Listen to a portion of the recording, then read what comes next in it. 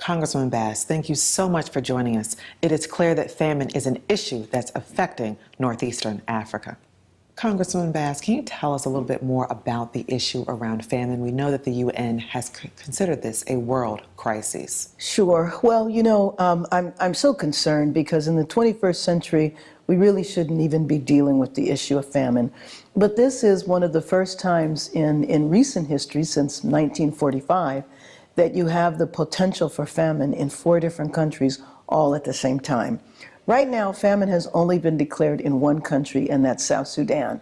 Famine is possible in Somalia if the rains don't come, and Somalia is the only country out of the 4 where the famine is natural. South Sudan, Nigeria, the famine there is due to the conflict, and then also in Yemen. We know that the U.S. has made attempts to make contributions toward the issue around famine. Can you tell us what the U.S. plans to do and what contributions they're going to make toward the potential famine in Northeast Africa? Well, I am pleased to say, with all of the chaos that's happening in Washington, D.C. right now, that we were able to get almost $1 billion in the last budget. And the president signed that a couple of weeks ago, and that is applicable to all 4 countries. But now the UN is saying about $4 billion is needed. So the U.S. has made a contribution. We need the other countries around the world to step up and contribute as well. And so until all of the world steps up, I think that these countries could fall into a famine situation. You know, it was similar to me when the Ebola crisis hit.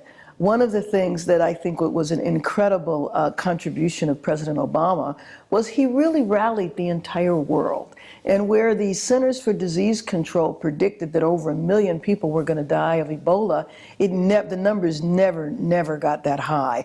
1 person is too many, but it was never that high. And it was because of the leadership of the United States, the leadership of President Obama, rallying the entire world. That's exactly what needs to happen now. So my fear is that I don't want us in 2017 to repeat what happened in 2011. So that was the last time there was a famine situation, and that was in Somalia. But what happened was 200,000 people had to die before the world woke up and realized that this was a crisis. I don't want to see that happen this time. What other countries is the U.S. calling on to make contributions as well? Primarily the European Union and all of the countries that are in the European Union. What are we seeing specifically as it relates to famine in Northeast Nigeria? Well, what I hope we see is that famine doesn't happen. As I mentioned, famine's only been declared in one country, but you have Nigeria, Yemen, and Somalia that are on the verge of famine. And it's a very specific definition as to when famine is declared and what famine is. And so you have a near famine situation in 3 out of the 4 countries.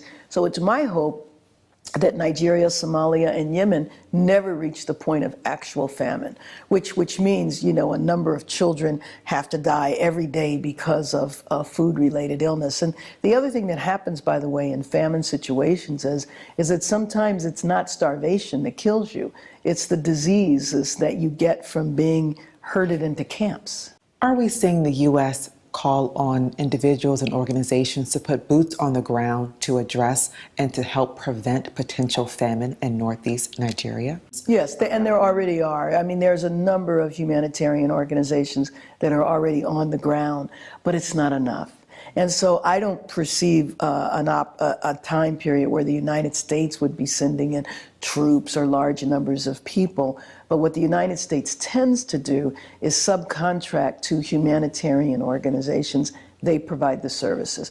Of course, in addition to that, you will see USAID workers. But let's take, for example, South Sudan.